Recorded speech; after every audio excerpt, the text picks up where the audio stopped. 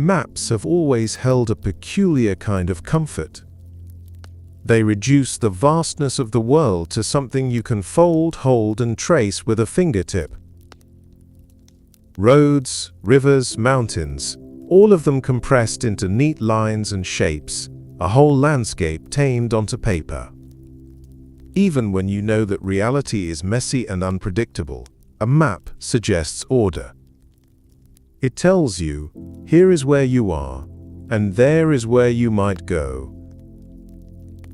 But beyond their usefulness, maps carry a subtle psychological power. They soothe us with the idea that the unknown can be contained.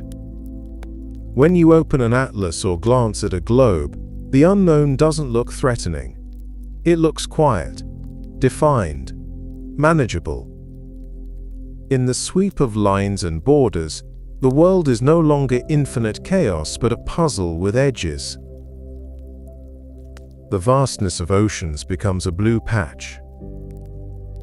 The peaks of mountains turn into small triangles. The wilderness is given names, and in naming it feels as if we have already begun to understand it.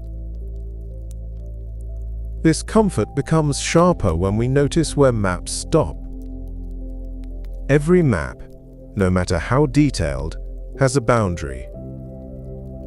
The page ends. The globe's curve rolls into unseen territory. And historically, those edges carried an aura of mystery. For ancient mapmakers, the world wasn't fully known, and so the blankness at the borders became a canvas for imagination. Beyond the last drawn coastline, anything could exist. Dragons, sea serpents, or entire lands filled with wonders. The edges of maps were not just limits of knowledge, they were thresholds of possibility.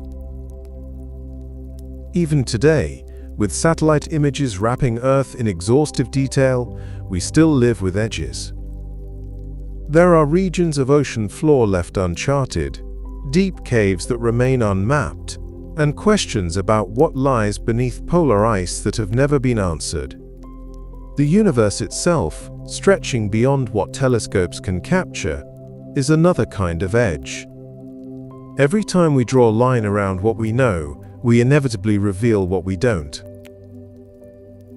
Perhaps that's why maps resonate so deeply with us. They are mirrors of the human mind.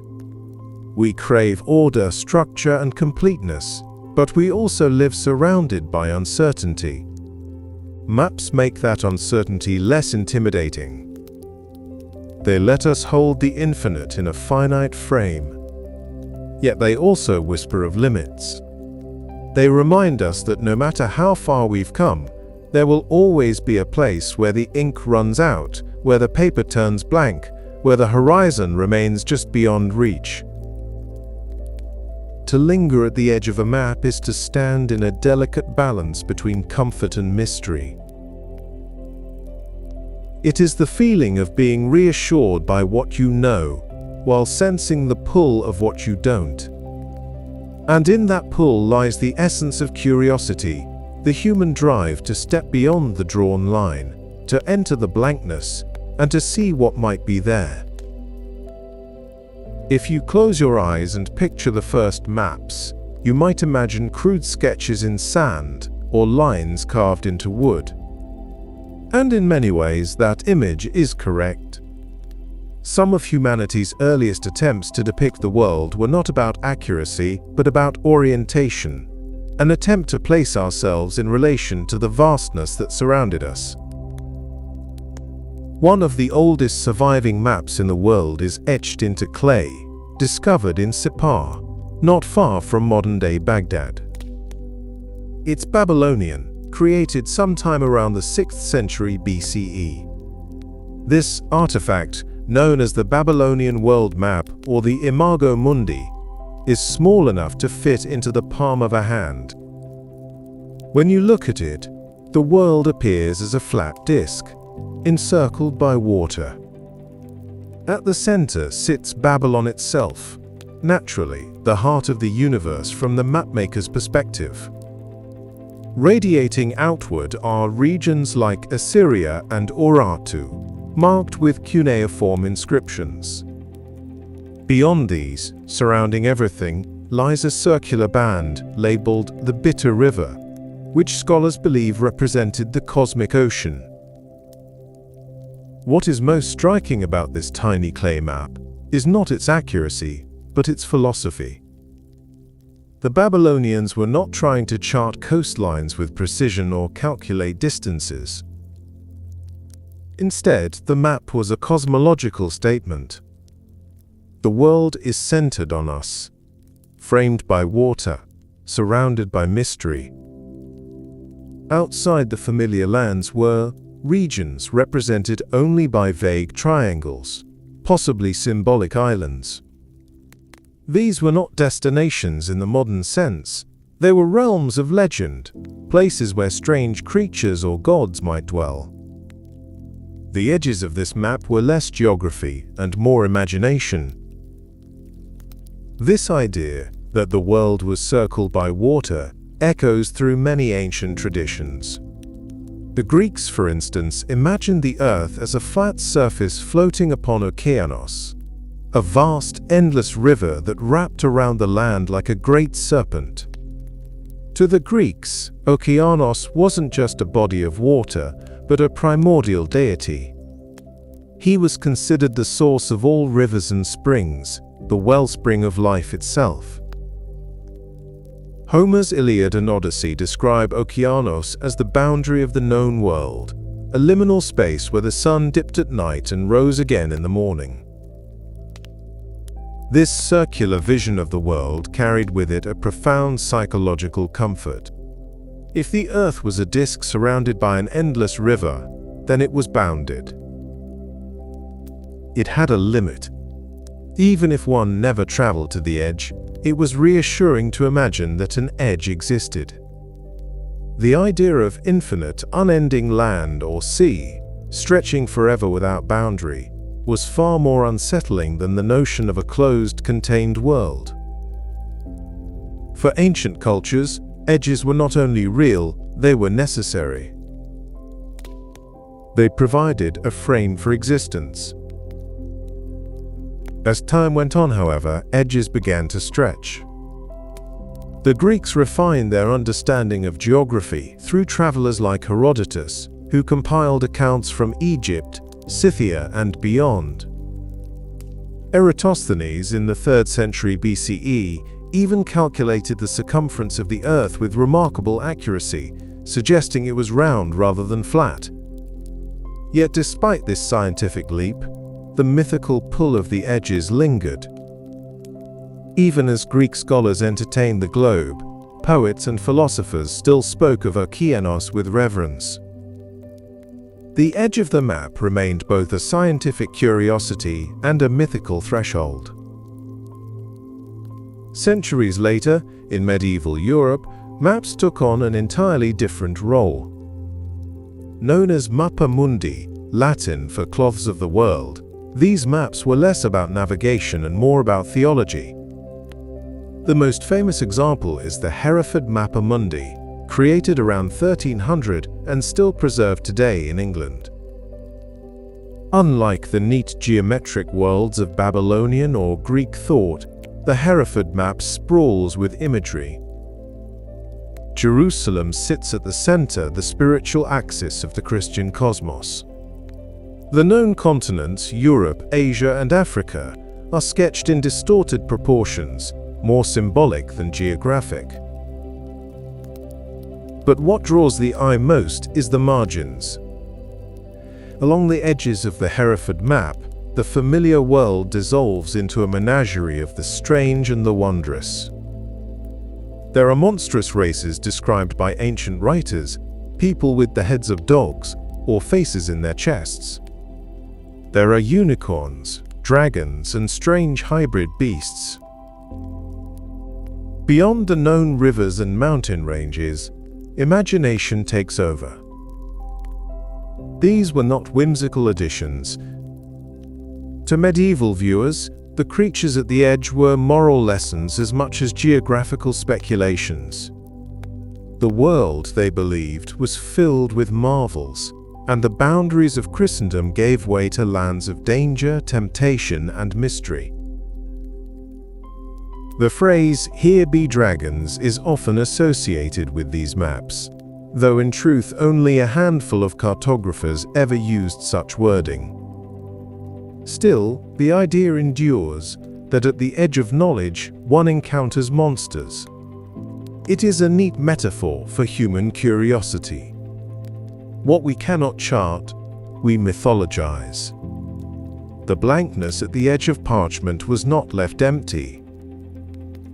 It was filled with stories. And yet, there is something deeply human in this. Faced with the unknown, our instinct is rarely to leave it untouched. We populate it with gods, demons, and marvels. In this way, maps are not just records of geography, but records of imagination. They show us not only what people knew, but what they dreamed, what they feared, and what they hoped might be out there. Even today, when the globe has been photographed from space and the coastlines plotted with satellite precision, we still feel the pull of mythical edges. Think of how we imagine the deep ocean with its colossal squids and bioluminescent beings. Think of how we speak about space, filling the silence between stars with science fiction. Our modern maps are more accurate than ever, but our edges are still alive with story. In the end, the ancient maps remind us of a timeless truth. Knowledge and imagination are never separate. The Babylonians inscribed their world as a disk, bounded by water. The Greeks spoke of Okeanos, the cosmic river. The medieval cartographers filled their edges with dragons and marvels. Each generation, in its own way, drew the line between the known and the unknown, and then peered beyond it, wondering. To gaze at these maps now is to glimpse not only ancient geography, but ancient minds. They remind us that our ancestors, like us, were suspended between certainty and curiosity, between what was charted and what remained blank. And perhaps that is why these old maps still hold such fascination. They are not accurate guides for travel, but they are truthful guides to human imagination. They show us that wherever we draw an edge, the real journey begins just beyond it. By the dawn of the 15th century, Europe's maps were crowded with theology and myth, but the edges still gaped with mystery. Across the seas stretched vast expanses labeled Terra Incognita, unknown lands. To the medieval imagination, those words were not a deterrent. They were an invitation. The 15th and 16th centuries became an era when mariners, merchants, and monarchs tried to push the ink farther outward, to turn blankness into knowledge, and to turn knowledge into power. Exploration was not new. For centuries before Europeans began their oceanic ventures, the Chinese under the Ming dynasty had sent out vast fleets. Admiral Zheng He, born in 1371, commanded enormous treasure ships that dwarfed anything in European waters.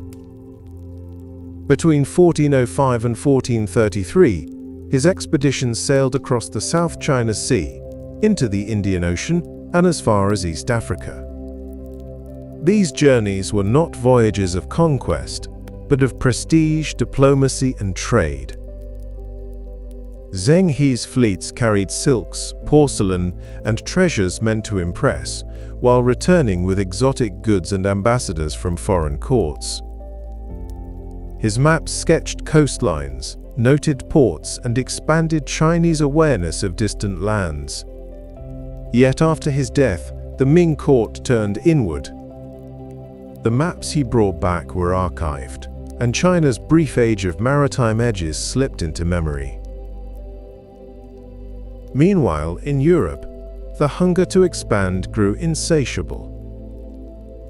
Driven by trade, competition, and the lure of spices, European navigators sought routes that would bypass the long and costly land paths controlled by Middle Eastern empires. The Portuguese pioneered navigation down the African coast, inching farther each year, recording headlands and currents. By 1488, Bartolomeu Dias rounded the Cape of Good Hope, proving that Africa had an edge that could be sailed around. His maps were not just lines on paper. They were keys to trade routes, wealth, and influence. Then came Christopher Columbus in 1492, whose belief that Asia lay across the Atlantic led to the accidental encounter with the Americas. Columbus himself insisted until his death that he had reached islands off the coast of Asia, but the maps that followed began to reshape European imagination. What had once been a blank ocean now sprouted coastlines, archipelagos, and new continents. The edges of maps shifted dramatically westward. Terra Incognita shrank, but in doing so it revealed an entirely new world. The process of filling in these blanks was gradual and often brutal. Magellan's circumnavigation, beginning in 1519, showed that the world was indeed finite and spherical, but the cost was enormous. Of the 5 ships that set out, only one returned, limping back to Spain in 1522. Magellan himself was killed in the Philippines. Still, the voyage collapsed the final doubts. The globe was not just a concept. It was demonstrable fact. Edges existed, but they wrapped around and reconnected. The Earth was whole. Yet maps from this period were not neutral records of discovery. They were instruments of empire. Terra Incognita was not merely labeled unknown, it was labeled as potential territory. Blankness implied availability, and availability implied dominion. The Spanish and Portuguese, for example, drew lines across entire oceans to divide the world between them. The Treaty of Tordesillas in 1494 was essentially a cartographic fiction. A line on a map that carved the globe into 2 spheres of influence, sanctioned by the Pope. To Europeans, a stroke of ink could determine sovereignty over lands and peoples they had never even seen. Cartography became a weapon, as much as a tool. Maps conveyed authority. When a nation published a chart of newly claimed lands, it was not only geography, it was propaganda, a statement of ownership. Consider the Dutch during their golden age of the 17th century. Their maps were not just navigational aids for merchants sailing to the East Indies. They were works of art, richly illustrated, meant to project the Netherlands as a maritime power at the center of global trade. A map hanging on a wall in Amsterdam was as much a declaration of dominance as a fleet anchored in a distant harbor. The language of maps reinforced this worldview. Uncharted spaces were labeled terra nullius, land belonging to no one. To European eyes, indigenous people often did not count as landholders in the cartographic imagination. This fiction justified conquest, colonization, and displacement. The edge of the map was not just the boundary of knowledge. It was the boundary of morality. Inside the lines were civilized peoples. Outside were others, often reduced to caricatures. It is striking how often these maps distort reality in favor of ideology. For instance, early maps of Africa often shrank the continent, while enlarging Europe. North America appeared fragmented, while European territories were outlined boldly. Such distortions were not accidents. They reflected the priorities and prejudices of those who commissioned them. In many ways, maps were as much mirrors of power as they were representations of space. Even the words written on the edges carried meaning. "Here be dragons" may have faded from the parchment, but new warnings appeared. Savages, cannibals, wilderness. These words shaped perception long before any traveler set foot on those shores. To see a blank marked with menace was to imagine danger.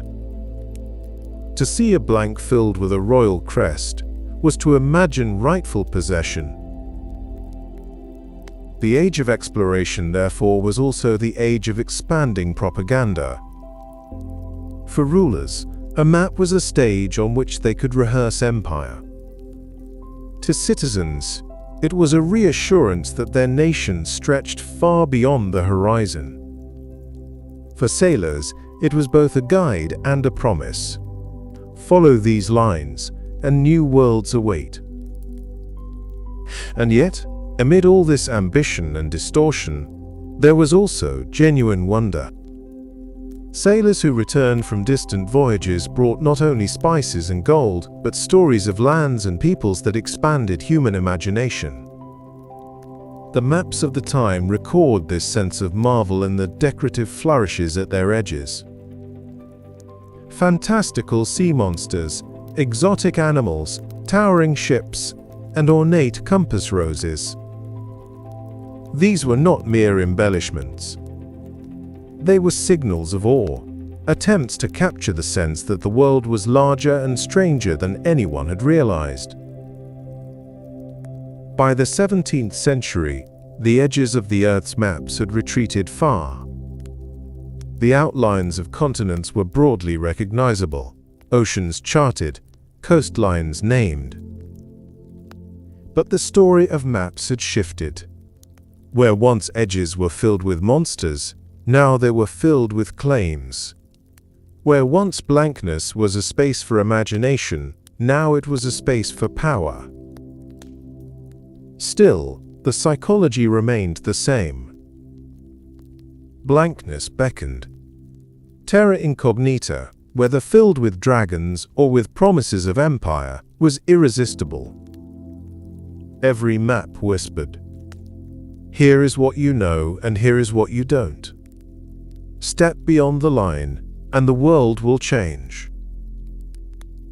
And so the age of exploration expanded not only geography, but human perspective.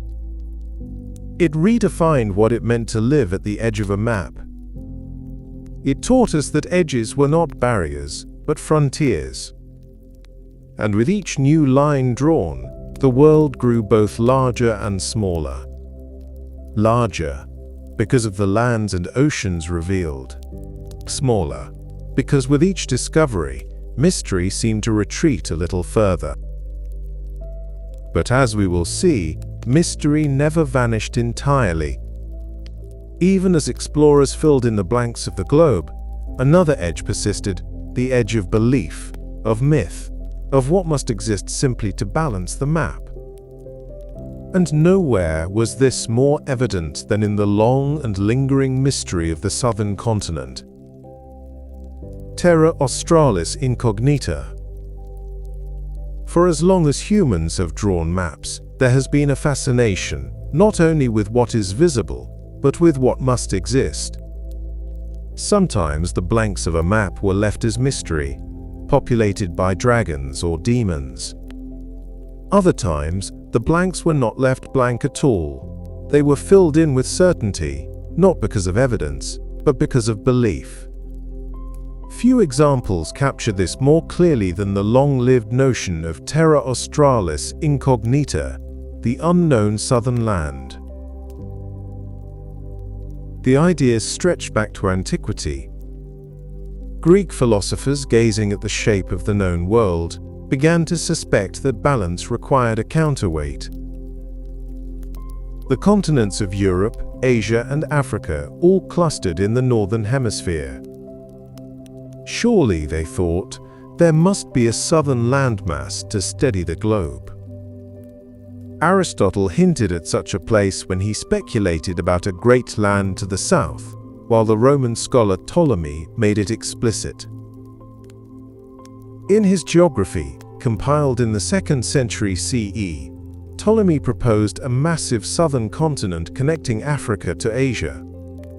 It wasn't evidence that convinced him, but symmetry. The Earth, to the classical mind, ought to be harmonious. What existed in the north must be echoed in the south.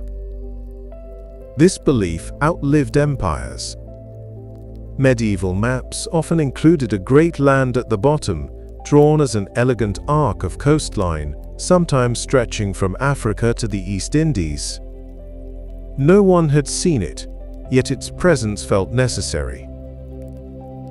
A globe without a southern continent was somehow incomplete, lopsided, unstable. Terra Australis was less geography than geometry, a placeholder demanded by balance. As the age of exploration unfolded, ships rounded Africa and crossed the Indian Ocean. They sailed into the Pacific, charting archipelagos and coastlines unknown to Europeans. With every voyage, Terra Australis retreated farther south, pushed beyond each new discovery. But it did not vanish. Instead, it shifted, adjusted, redrawn again and again on maps. When explorers reached Australia in the early 1600s, some assumed they had found the edge of the southern continent. The Dutch called it New Holland. But as coastlines were surveyed, it became clear this land was too small to be the legendary southern mass. Terra Australis slipped further still, clinging to the very bottom of the maps, vast and unseen. The persistence of this belief reveals something profound about the human mind. Terra Australis Incognita endured not because it was observed, but because it was needed. It was an idea that gave shape to the unknown.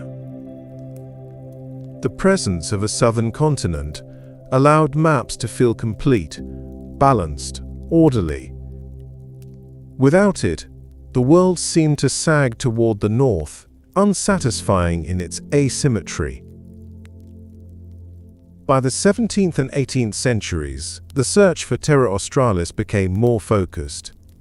Explorers like Pedro Fernandez de Queiroz in the early 1600s proclaimed lands in the South Pacific as part of the Great Southern Continent. Later, Captain James Cook, perhaps the greatest navigator of his age, was sent explicitly to test the idea. Between 1768 and 1779, on 3 epic voyages, Cook sailed farther south than anyone before him.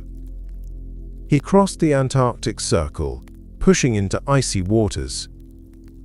He found islands, South Georgia, the South Sandwich Islands, but not the vast continent mapmakers had insisted upon. Cook concluded that if a southern land did exist, it must lie buried under ice and snow, inhospitable to human settlement. He did not disprove Antarctica's existence, but he redefined it. Not a temperate counterweight, but a frozen wilderness. And yet, even after Cook, maps continued to show Terra Australis. Sometimes it appeared as a vast white smear, sometimes as a dotted line of hypothetical coastline.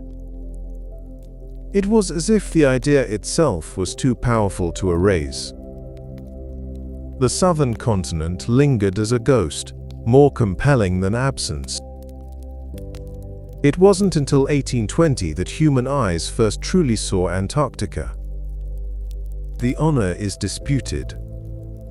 A Russian expedition under Fabian Gottlieb von Bellingshausen and Mikhail Lazarev sighted a distant ice shelf in January of that year, while a British sealer, Edward Bransfield, and an American sealer, Nathaniel Palmer, also reported land around the same time. Whoever saw it first, the revelation was the same. Antarctica was real. Not lush, not symmetrical, not the balancing twin of northern continents, but a vast frozen desert. The dream of Terra Australis was fulfilled, but in a way that disappointed centuries of expectation. Instead of balance and harmony, explorers found ice, emptiness, and cold beyond imagination. And yet the allure of that southern edge never faded. The sheer remoteness of Antarctica gave it a different kind of mystery. It was no longer a myth to complete the map, but a frontier to test human endurance. In the 19th and early 20th centuries, explorers like Ernest Shackleton and Robert Falcon Scott braved its interior, facing blizzards, starvation, and death. The southern continent became a proving ground, not of geometry or balance, but of courage and survival. Philosophically, Terra Australis is fascinating because it shows how humans often prefer symmetry to truth. The belief in a southern continent arose not from observation but from a yearning for order. The world felt incomplete without it. In this sense, Terra Australis was a projection of the mind, a cartographic daydream. When it was finally found, the reality clashed with the myth. The Earth was balanced, not by fertile land, but by ice and silence. And yet, the human need to fill in the blank had been vindicated. Even disappointment is preferable to uncertainty. There is something deeply human about this impulse. When confronted with emptiness, we invent. We draw lines where none exist. We imagine lands, creatures, and continents into being. Terra Australis is a reminder that maps are not just records of what is out there, but of what we believe must be out there. They reveal not only the contours of the Earth, but the contours of the human imagination. Even now, Antarctica retains its aura of mystery. Though its coastlines are mapped and satellites sweep over it daily, much of its interior remains scarcely explored.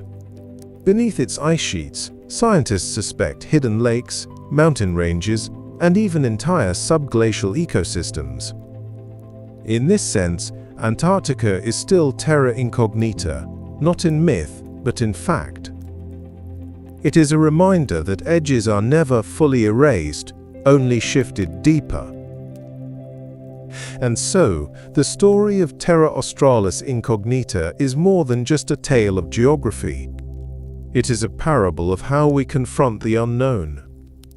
We crave completion, symmetry, and balance. We would rather invent a continent than admit to emptiness. And when the reality finally arrives, cold and indifferent, we adjust, but we never stop looking for the next edge, the next blank space to fill. When you look at an old map, with its jagged coastlines and faded ink, it's easy to focus on what is drawn. The rivers and roads, the mountains, the towns. But perhaps what is most revealing is what isn't there. The blanks, the spaces where knowledge falters. Those unmarked expanses tell us as much about human nature as the lines themselves. Because, as a species, we are profoundly uncomfortable with emptiness. Psychologists have long studied the way humans complete patterns. The Gestalt school of psychology, emerging in the early 20th century, identified what it called the principle of closure. Show someone a broken circle, and they will instinctively perceive it as whole. Present an incomplete shape, and the mind rushes to finish it. This isn't a conscious choice, but a fundamental feature of perception. Our brains are wired to resist incompleteness. The same impulse drives us to finish melodies, to solve puzzles, and to feel unsettled when stories are left unresolved. Maps are no different. A blank space on a map feels like a broken circle, a puzzle begging to be solved. The label Terra Incognita does not calm us. It provokes us. It whispers of what is missing, what lies beyond. For medieval cartographers, this provocation produced dragons and monsters. For Enlightenment explorers, it produced expeditions. In both cases, the emptiness could not be tolerated. It had to be filled, if not with fact, then with imagination. This discomfort with blankness is not limited to cartography. It echoes in the history of science itself. Every gap in understanding calls forth theories, sometimes wild, sometimes correct, but always motivated by the urge to make the picture whole. Before germs were discovered, disease was explained through miasma, the notion of poisonous airs. Before the Big Bang Theory, philosophers proposed a static, eternal universe. Before plate tectonics, continents were assumed to be fixed.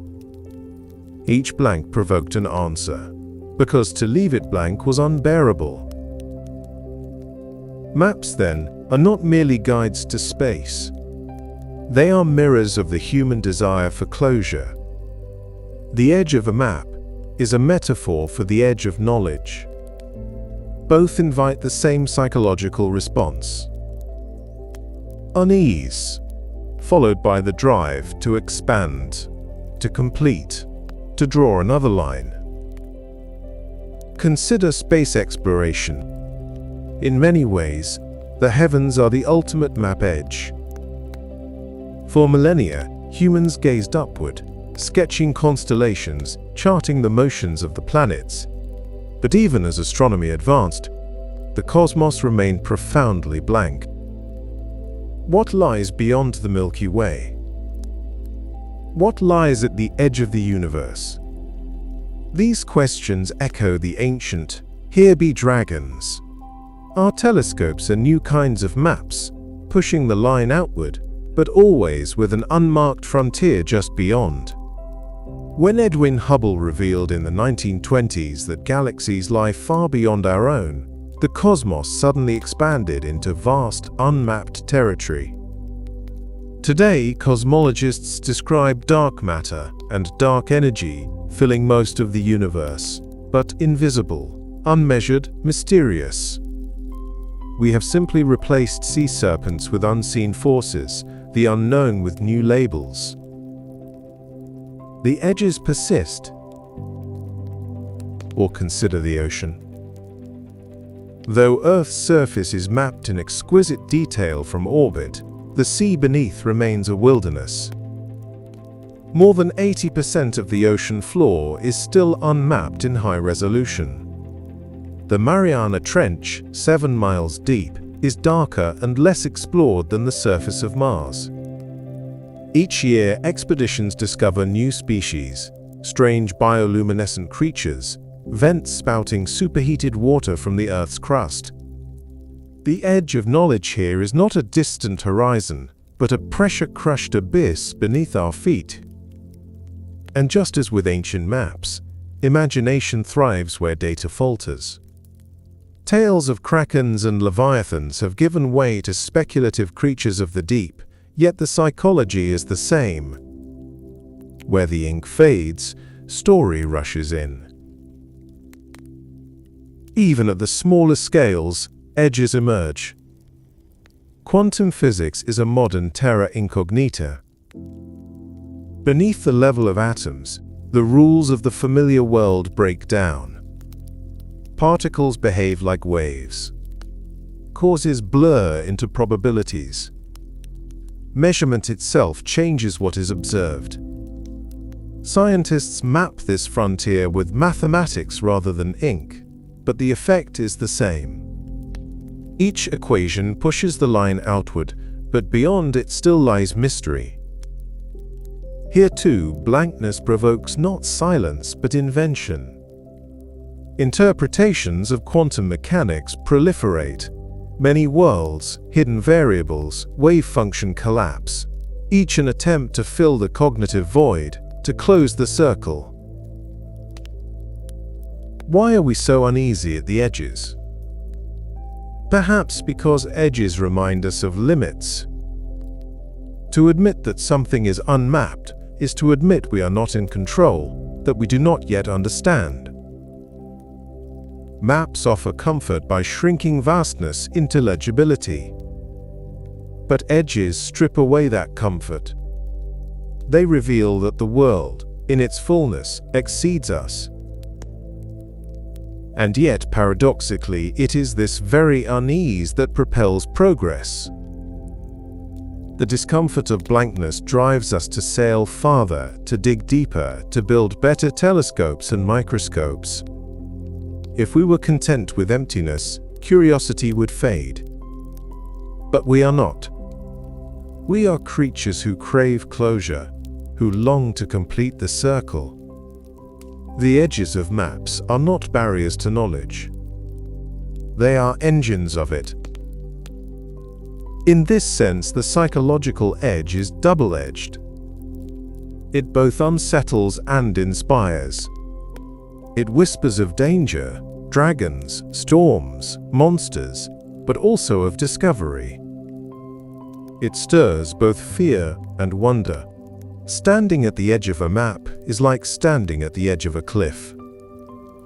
Vertigo mingles with exhilaration. The void below threatens but also invites the leap. Our modern frontiers, space, ocean, quantum, are new edges drawn on the oldest map of all. The map of human understanding. Each generation shifts the line outward, replacing one blank with another. And with each shift, the same psychological drama plays out. The void unsettles us. We rush to fill it. In filling it, we create new voids. Perhaps this is why maps have always been more than tools. They are symbols of our condition. To be human is to live at the edge of knowledge, always surrounded by blankness, always filling it with story, always pushing the line farther outward. No matter how many coastlines we chart, no matter how many galaxies we name, there will always be an edge, an unknown whispering at the margins. And so the psychological edge is not a flaw, but a gift.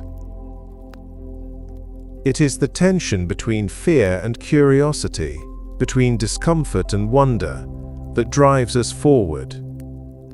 Without it, we would never have sailed past the horizon, never dared the depths, never split the atom, never stared into the void of space. The edges unsettle us, and in doing so, they complete us. To live at the edge of a map is to dwell in a place where certainty dissolves, where the lines we trust to guide us stop, and the blankness begins. It is a fragile position, filled with tension. On one side, safety, the world we know, the routes we've already traced, the names and borders that give us a sense of order. On the other, uncertainty, the unmarked, the unproven, the undefined. Throughout history, humans have looked at those edges with both fear and longing. The Babylonians encircled their world with a bitter river. The Greeks placed Okeanos around the land they knew. Medieval cartographers filled the margins with marvels and monsters. In each case, the edge of the map was not simply the end of geography, but the beginning of imagination. And perhaps this is true for our inner lives as well. Each of us carries a kind of map inside. The things we know about ourselves, the routines that give structure, the choices we've already made. That is the familiar terrain, the named mountains and rivers. But beyond it, there are always blank spaces. Possibilities not yet tried, paths not yet drawn. Just as the cartographers of old could not resist sketching into the unknown, We too feel the pull of those blank spaces. There is comfort in remaining within the drawn lines. To stay with what is known feels safe, secure, bounded. But there is also a restlessness that arises when we sense the edges.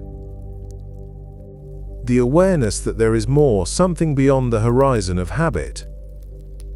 Just as explorers once stared at the ocean and wondered what lay across it, we stand at the limits of our own certainty and feel curiosity stir. The metaphor of maps becomes powerful here. Life's edges are not necessarily oceans or continents, but moments of uncertainty. Changing careers, moving to a new place, starting or ending relationships, asking questions about who we are and what we want.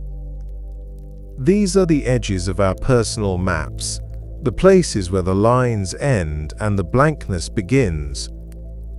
And just as in history, our minds rush to fill those blanks, sometimes with hope, sometimes with fear. We imagine what might happen, who we might become, what dangers or marvels might wait.